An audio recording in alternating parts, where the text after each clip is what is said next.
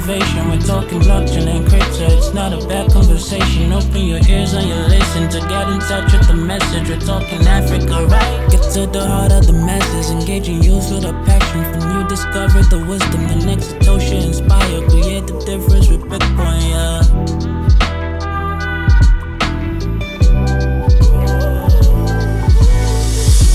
Hello to the Old Block community, and welcome to the Old Talk Show.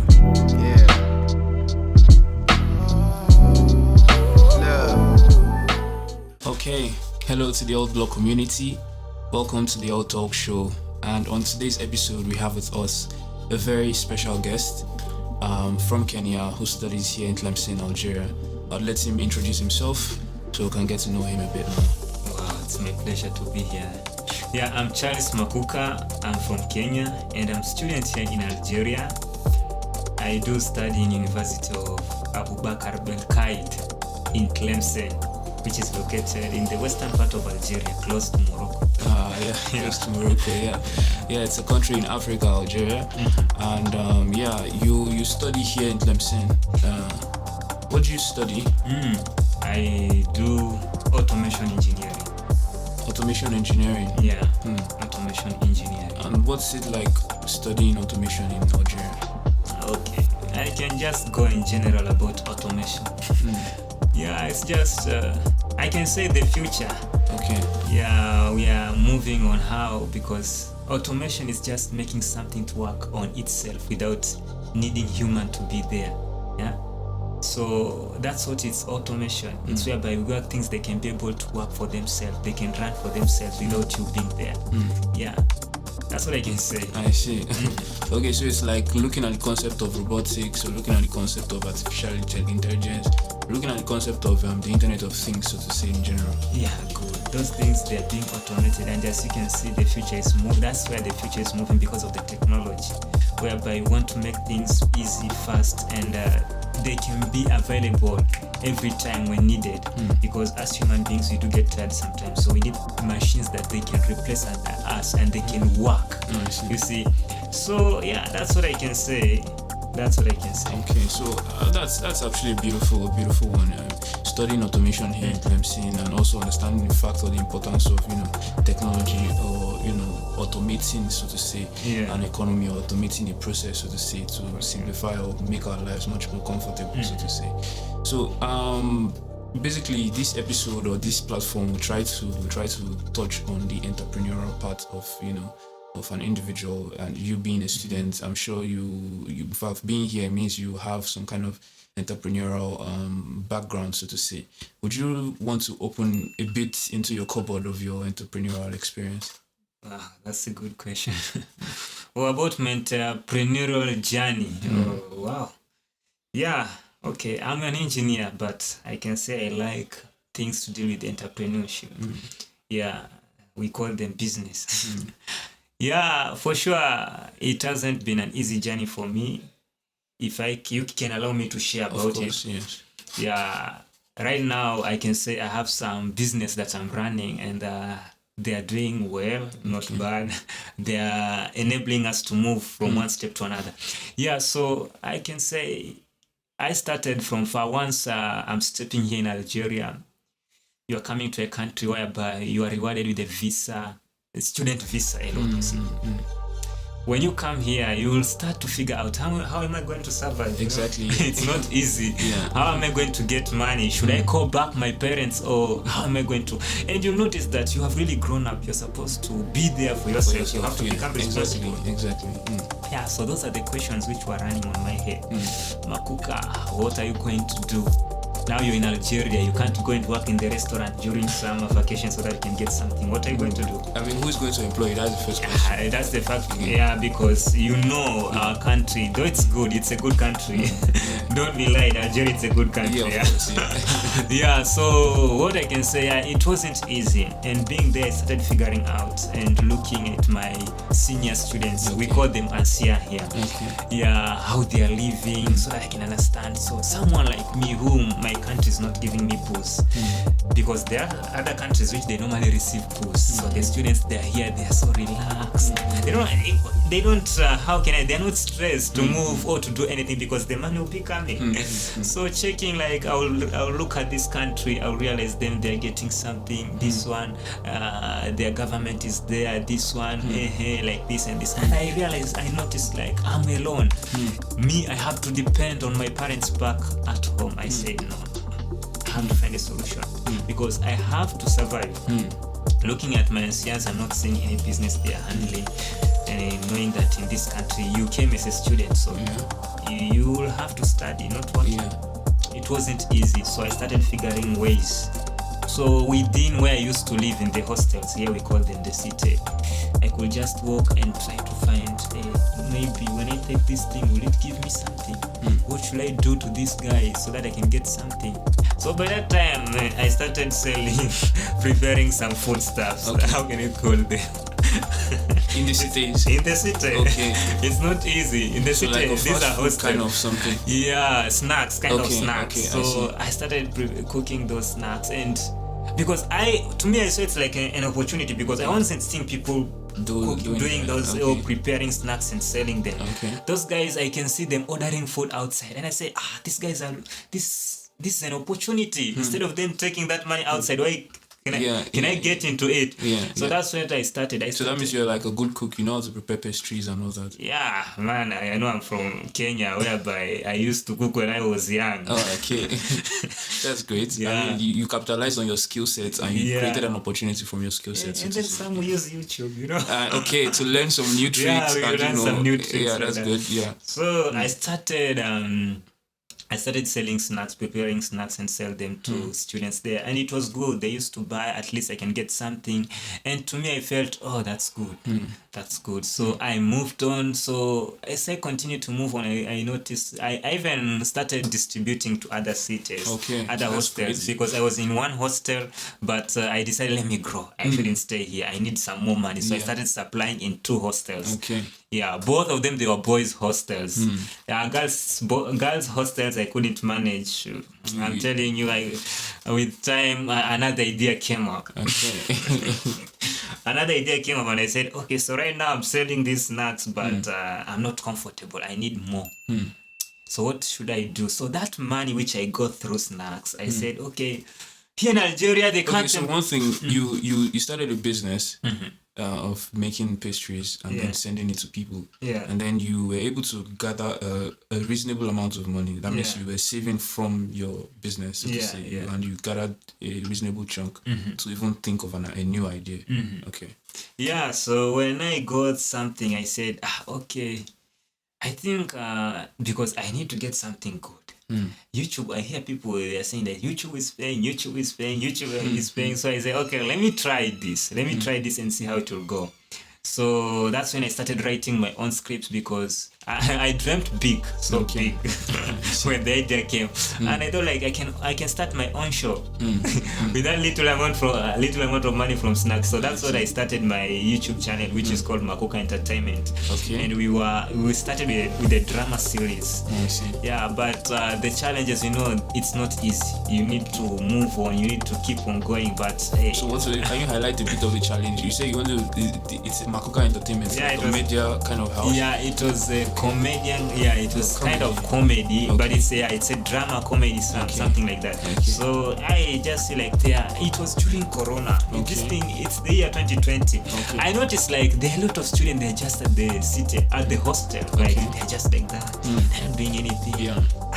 And here there's a YouTube idea which has come to me. So I said, let me use these guys. Let me talk to them so that we can start our drama thing.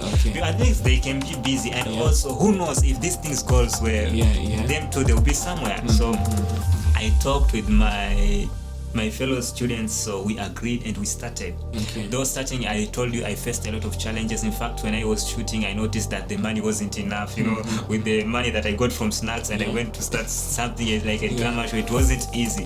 So the money wasn't enough even. So we had a lot of challenges, but we keep on continuing. And when we noticed, like, even shooting that whole scene, like for the drama, the whole episode, it wouldn't be possible because of financial challenges. I had to move on into short comedies because it it could be easy. So I tried short comedies,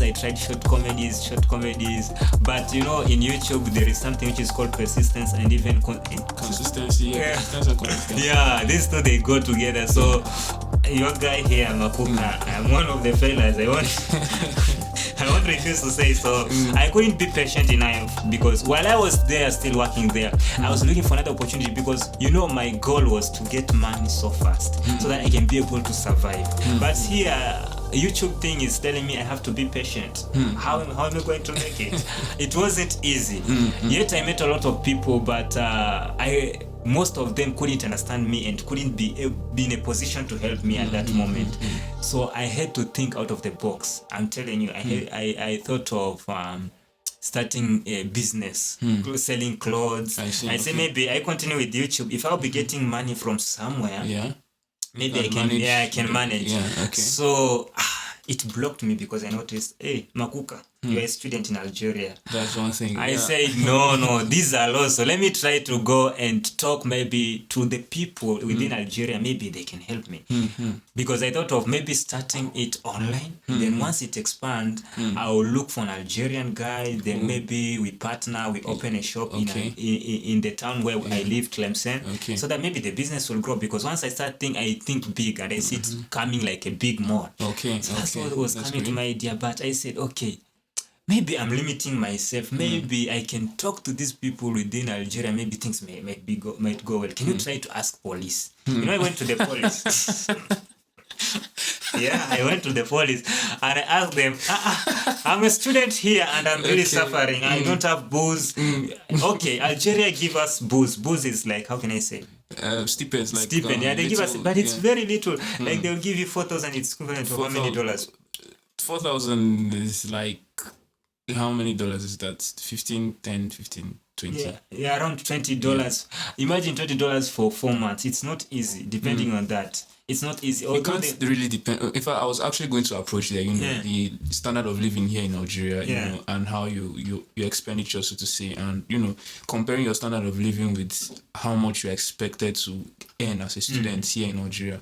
You know, the difficulty of managing life, living on your own with nobody support. Although, you know, it's normal for you being in Algeria, you need to have an external support. In fact, being in any other country, it's good to have an external support. But at the same time, there needs to be an opportunity where, you know, one being present on a location, you can have the advantage of supporting yourself without external support. There needs to be that opportunity. You know? It need to be there. So that's why I had to go there at the policy, so that I was telling the police, like, see, whatever I'm going through, there's no this. It's only $20 for 4 months. I don't receive money from home. Like, there are a lot of things. So I don't like when I ask them if they can allow me to open a business here in Algeria. Maybe they can feel sorry for me so that they can give me that chance. That's what I say. Let me try, because in this world you have to try. Maybe that day it could be a different day, and they say, okay, you are granted permission. You can start hawking your clothes here in the street. So that's what I did, and how can we say it wasn't good, because they told me, okay, Makuka, this is not possible. You came here as a student. You have to respect the rules and the law and regulations. So you are a student. That one, we are not there.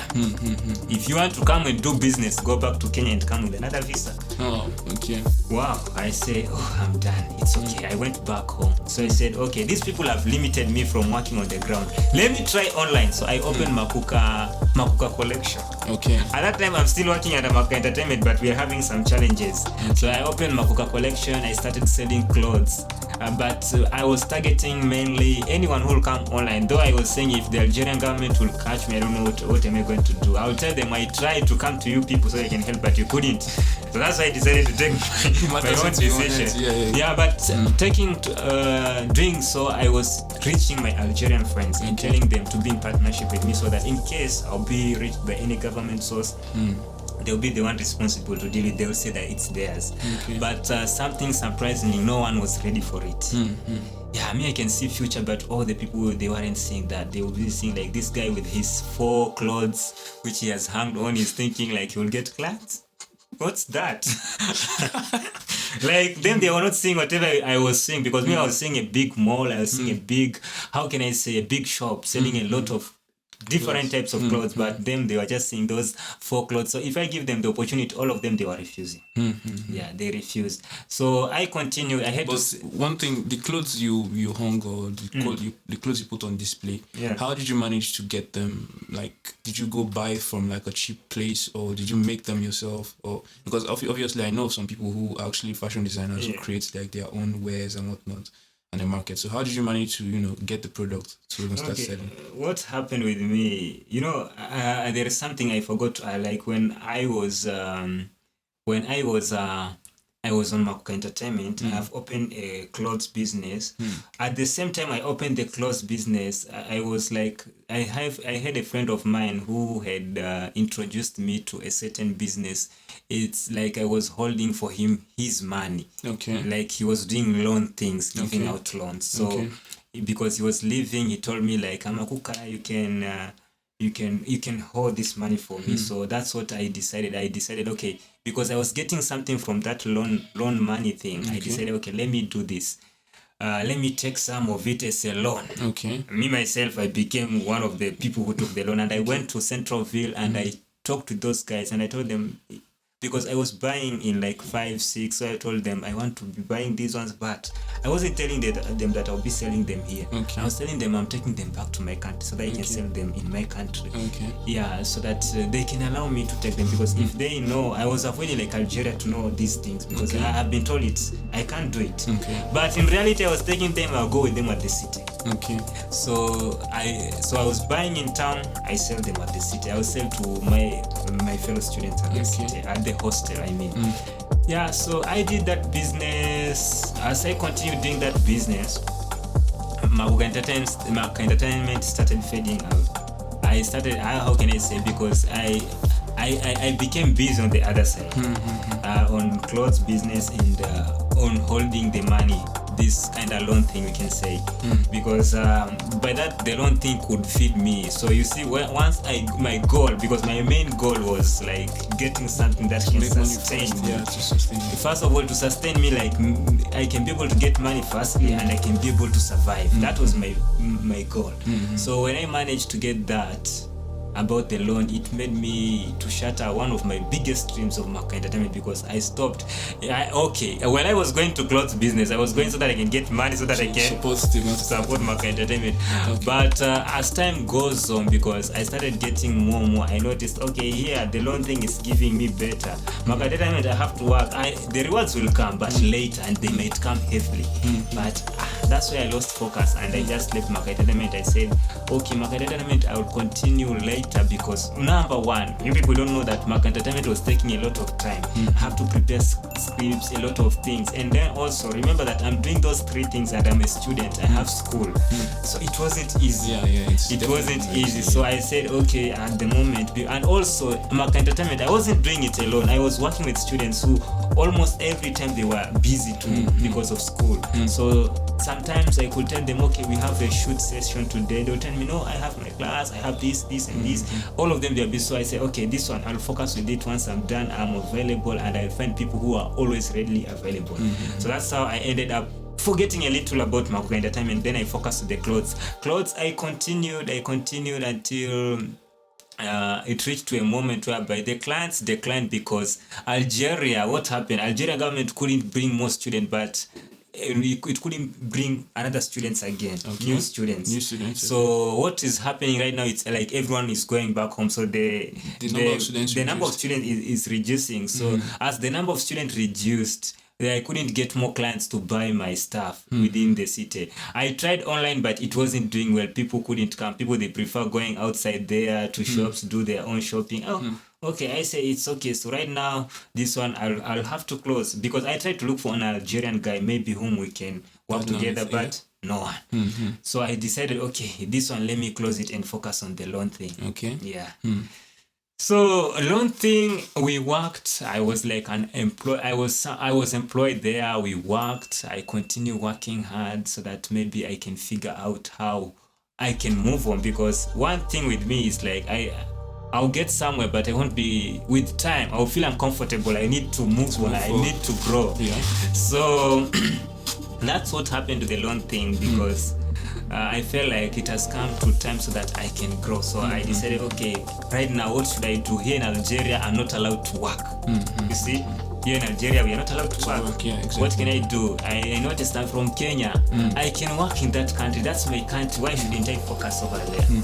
So I decided to focus in countries like Kenya and another countries whereby I can do loan thing, dealing with crypto. That So, I decided to branch myself and to deal with more stuff dealing with money and currency.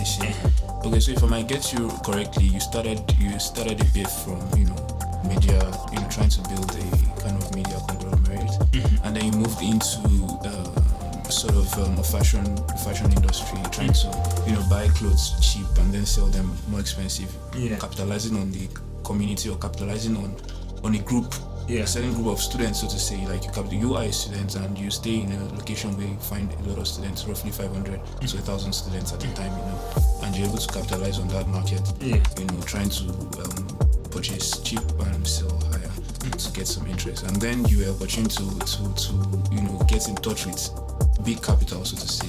However, it came through a friend who trusted you and trusted your capability to keep a huge amount of money, right? And then from that, it helped you to fund a bit of your other businesses, and then it also gave you the inspiration to actually be a part of that business also, using the cash to solve some problems that students are experiencing here, which I would suppose is like people around the world experience on a daily basis. People in Africa experience on a daily basis, having capital and then wanting to send the capital to another part of the country, maybe to friends and to family, to transfer the money, either using banks or using however form that they want to transfer the money. And then you are able to saw that loophole, you saw that opportunity, and then you thought of yourself playing a role, so to say, for Kenya, and then for other parts of Africa. Can you elaborate a bit more on that? Okay, so when I got into the loan, I stayed there for some time, like it's around 1 year. Yeah, because I've been there, it was so good. So it reached to a moment where I felt like, Makuka, you need to grow. Makuka, you need to move to the other side. And one of the things that I would like to share with people is like, once you find the challenge, whatever challenge you'll pass through or it will come to you, try to sit down and focus on that challenge, because that challenge always comes with the opportunity. That's what most of us, we don't know. Most of us, once we see a challenge, we start having problems. Like I don't know how can I explain. Once we see a challenge, we try to run away. Instead of sitting down, analyzing it, while you're trying to find solution, try to look at the positive and negative impacts of this.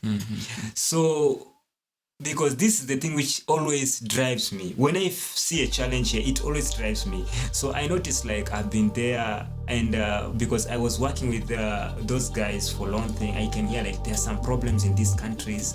There's a problem in this country. There's a problem in this country. Because I'm living with students from different countries, so they will share, they will come and share. So once I noticed some of the countries, they were having challenges of getting cryptocurrency, and here I can be able to get them. I decided, okay, let me move to those countries. So like Kenya, I started buying and selling cryptocurrency. I went to Russia, I started buying and selling cryptocurrency. I went like most of countries here in Africa, and even if I have a client in any part of Africa, I can do that because the information is out there for us. The information is out there for us. It's for us to look for it. Everything is there, it's provided. I give an example of Congo. Though I haven't reached there in about selling cryptocurrency, I'll just figure out people in Congo, maybe challenges. Maybe I'll just go to their Facebook groups and checking how they are dealing. Or maybe there's a client who has come to me and then you want to tell me, okay, maybe I want to get some crypto from Congo. Then I'll try to figure out, I'm not getting it, what should I do? So I'll have to do my research. I can go on Facebook, I contact any guy. As long as he's from Congo, do you know this, who does this and this? Though it's very risky because you can meet scammers. So through my research, doing that and that, it enabled me to grow so fast. You see, it enabled me to meet a lot of people, connections. I managed to how can I say, even to increase my territory in business. Right now, as we talk, I can do it all over Africa. Yeah, almost all over Africa. I can sell crypto. I can buy crypto. Okay, so let me get you straight. Mentioning the aspect of cryptocurrencies. If we're going to touch that a bit, cryptocurrencies, I'm sure most of us will already understand being on this platform. It's just a digital representation of cash value, so to say. And then cryptocurrencies harness the power of blockchain technology, right? And then it makes transaction, or makes ownership of funds or ownership of finances easy. It makes it much more tangible, so to say, to own digital assets, so to say. And then if you have a physical cash and you're looking for a simple way to own your cash and to seamlessly transfer your cash to any part of the world, cryptocurrencies present that opportunity. And then you've been able to create a network around the use of cryptocurrencies, around the transfer or the transactions with cryptocurrencies. You've been able to create a network where you can convert physical cash into digital cash, which is a really, really wonderful aspect. And I mean, your growth from starting from looking at how you can survive to even starting to handle, converting physical cash to digital cash, it's like an amazing growth so far. And I'm really, really happy to hear this. And it makes a lot of sense so far. I mean, it speaks so much on your grit and it speaks so much on your efforts. And you made mention of another thing, you took time to research to get the right information, because obviously the information is out there. And that's something I was able to learn over time. Like, the information is there, but the difficulty is actually sitting down to find the information that you need to solve the problem you're actually facing, right? And you said your goal was to find something that can make you first, you earn some money, and then you can be able to survive. So do you think at this point you've been able to achieve your goal? Okay, I can probably say that I managed to achieve my goal of being able to survive here in Algeria. One of my goals that I didn't tell you, when I was coming here, I remember I told my mom, I'm from a single parent, and I told my mom, like, once I go to Algeria, no matter how the country is, but I'll make sure that I'll be sending you something. You see? And then you are arriving here in Algeria, and then you are realizing that the opportunities, they are limited to you. So I said I have to do something. Why did I bring this story? It's to tell you that both those two goals I achieved. That's great. Number one, I can live by myself. I became responsible. Whatever I want to buy, I can get it by myself within Algeria. I managed that one. And the second thing, I managed even whatever I gave, I promised, I will be sending you something small. I managed to do it. So those are my two goals. And I'm sure also how she's proud of me. And what I can add maybe to our viewers or students who are maybe here in Algeria, for sure, opportunities, they're out there. Most of us, we don't tend focus, or we just limit ourselves with the environment where we reach. Because right now, maybe you are here in Algeria, the environment, you have just been receiving negative compliments, like everything is negative, and you tend to focus on negative. I'm telling you, you will never grow. You will never grow. You'll be there because your mind will be filled with those negative things, and you'll never think outside the box. You'll be always complaining. Your life will be full of complaints. But if you decide to change your mindset and say, like, okay, they are negative, but let's focus on the positive, on the positive side, and try to figure this positive side. How can I maneuver? Always, we are not supposed to be complaining all the time. Even for the good thing that you're getting small, you should always, how can you say, be thankful, because it opens ways. Because once you start thanking and appreciating, even the environment will accept you. And once the environment will accept you, you'll start seeing other things that other people can't see. Where people will be seeing negative about the country, seeing problems, whatever, complaining all the time, where you can see an advantage and an opportunity. You see? Because I think that is the one thing which enabled me to survive. Let me give you an example. Why am I telling you this? As people, they are complaining like there's no job, I can't be able to survive in Algeria. Yes, it's true, there is no. But try to figure out the small percent which is there. It can help you to survive. Because when I moved to the snack business, okay, people, they will say like, there's no job for us. But I say, okay, within my circle there, I have people, these people, they will need this and this. Instead of them going out, getting the snacks, why don't I make them for them and they buy from me? And I'll be able to survive. Maybe getting something small will push me. So that's where I started, you see.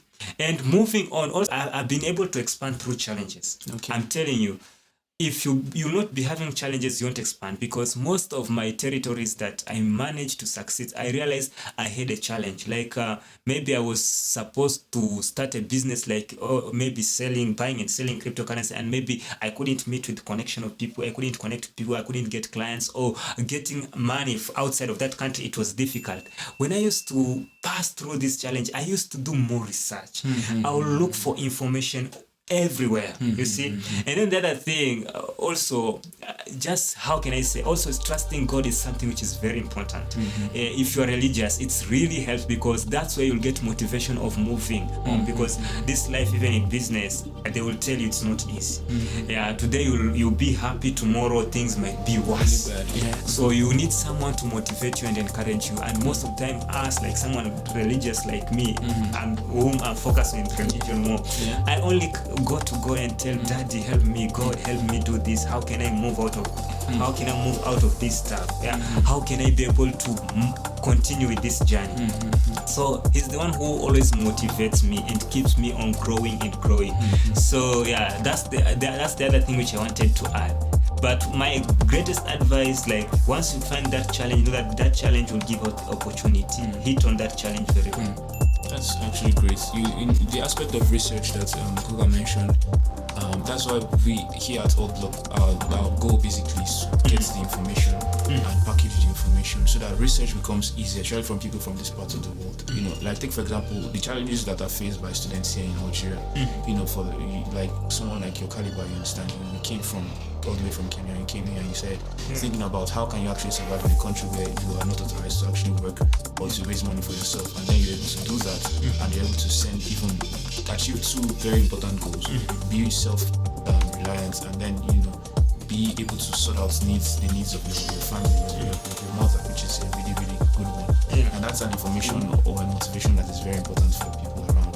And that's the goal we actually try to achieve here on this blog. Get all this information, put it out for people to actually benefit from, and to simplify the process it takes to actually do the research. You know, if you are trying to research about a certain information, you know the right platform to go there, get the information, and you're good. It's just about the action now, because I think that's the one thing that separates people. You know, some people actually have the information, but it's the discipline to go through with the action or follow through with the action is what keeps one in the same spot for years. Yeah, it's true. I can talk about it because I felt like I noticed like most of us, let me not say most of us, some of us are ignorant. Okay. Because like how can I say, there are opportunities. Like right now, let me tell you, like everything is there for us. Most of the things are there for us. They are always there ready. But maybe you might find how can I say, you might be given information and you just ignore. You might be told, a friend can share with you and you just ignore. Maybe some of them, they do this because they'll say, okay, I don't want to involve myself to things which I don't know. Or maybe I'm avoiding getting scammed, or I'm avoiding to meet people whom I don't want, or maybe I'm avoiding to get into troubles. But for sure, even you see the things which you're using, Facebook, YouTube, Google, the information is already there. It's you just to move on and do your research well, follow step by step, and I'm telling you, you'll manage. At the end, you'll succeed. As long as you have the passion and you feel like doing it, I'm sure once you believe in yourself and you start working on it, you'll manage. Yeah, that's what I can say. Like everything is there. It's you say like we don't act on it. Most of us, I think it's by act of ignorance or ignoring things, or maybe we are comfortable. That's another thing. I mean, most times it's being comfortable where we are until we are faced with close to the edge, like when you have been comfortable so long, and then things that make you comfortable just out of thin air disappear. You at that point you try to start reprocessing, reprogramming, and trying to find new ways to solve the same problem that's been there for years. You know, these are also something to consider. But one thing I might ask, as a student looking forward into like the near future, right? Yeah. And the role technology plays in Africa. You know, how would you perceive, or how would you want students to understand the role technology plays in Africa? Okay. One of the things that I would like students to understand, like technology is one of the things that is driving us to our future. And everything right now, we are focusing on adding technology. We are done with those days where we used to deal with manual things. How can I say? Physical. Yeah, physical, more of physical. Right now we are moving into technology, which means like it's like obligation for all of us to start adapting and learning more about technology. And let me tell you, if the information is there for you to get into more or to understand more about technology, why don't you take it? Because the advantage of this technology, it's helping yourself. It's making things easy, fast, reliable. It's like it's an advantage to you. And this is what is happening. Even I can see in Africa, we are moving into it. We're already on the process because as you can see, like things when we talk about, if I talk about the domain where I deal with the money, crypto thing, you can see how they have moved. Like when you talk about the blockchain, maybe you'll understand. You're getting my point on blockchain, whereby when you talk about transfer of crypto, what and what, these things, how they are being facilitated to be so easy and so fast. You can see that's all. It's an invention of technology. And when you move about even development of like new buildings, what like in every domain, even in agriculture, how we are connecting people from if someone wants need this type of crop, how can be able to get it easy and within, how can I say this, the same type. We know there are some words that they use in agriculture. Yeah, I'm trying to look for that word, but I'm not getting it. Yeah, so you see, it becomes so easy. Once you are looking for this product, it comes so easy. When you talk about the things like for Alibaba, where you want to buy something from abroad and you just get it so easy, you'll be connected to even to the wholesaler directly. When you want, I don't know, even when you move even into robotics, whereby they have started even construction of buildings and whatever, even like they're taking, how it's bad to talk about human labor. They're taking the position of human labor, but also they are helping. I mean, obviously they are helping in a huge amount. So it simply means the knowledge spectrum, like things humans as human beings should start learning as a skill set or as a practical application in terms of knowledge, should change as things evolve. The labor market, so to say, is gradually evolving. The skill sets that are necessary or required for humans is also evolving. So I think our responsibility, even if we are in schools or we have a certain course that we're fighting to get the certifications for, there's still some certain information we need to put in ourselves in terms of knowledge, practical knowledge, because these are the things that will, at the end of the day, help us when this technology comes into full fruition. You won't be lost, you won't be ignorant, so to say. Even after going to school, you still end up being ignorant about some certain things, on how to use some certain things, because it's out of one's ignorance that, you know, businesses that actually function, you know, because you don't know, you're not aware of some certain information. You understand? Yeah, it's true.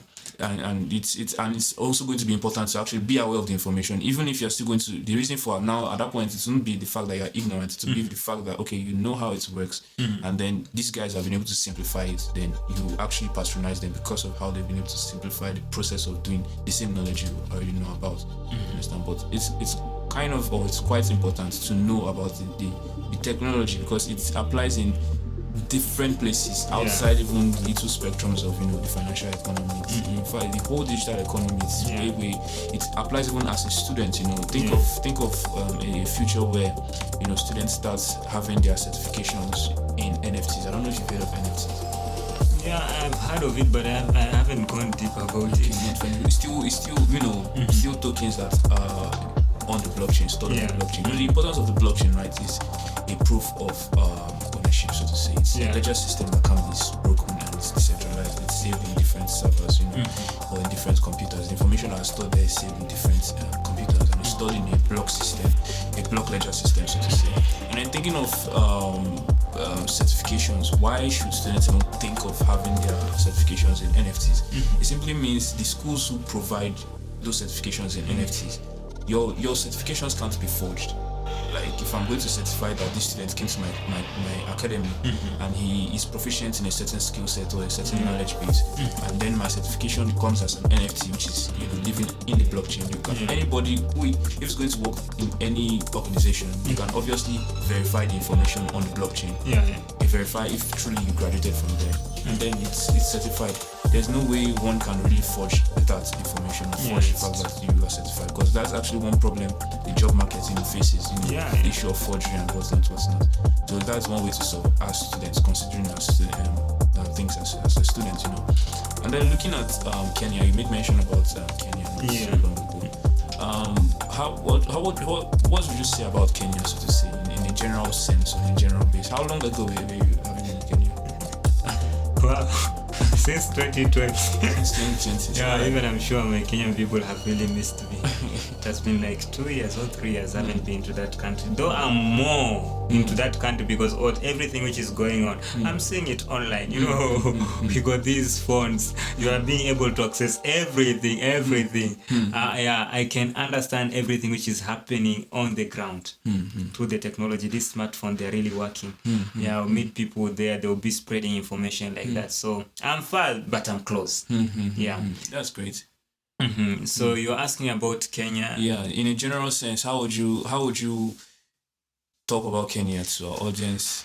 Okay, I think Kenya is one of the beautiful countries, and also I like the Kenyan mindset whereby these guys, they are people who they work smart, and they're people who are always there for something. They're people who you'll find they're doing well in studies, they're doing well in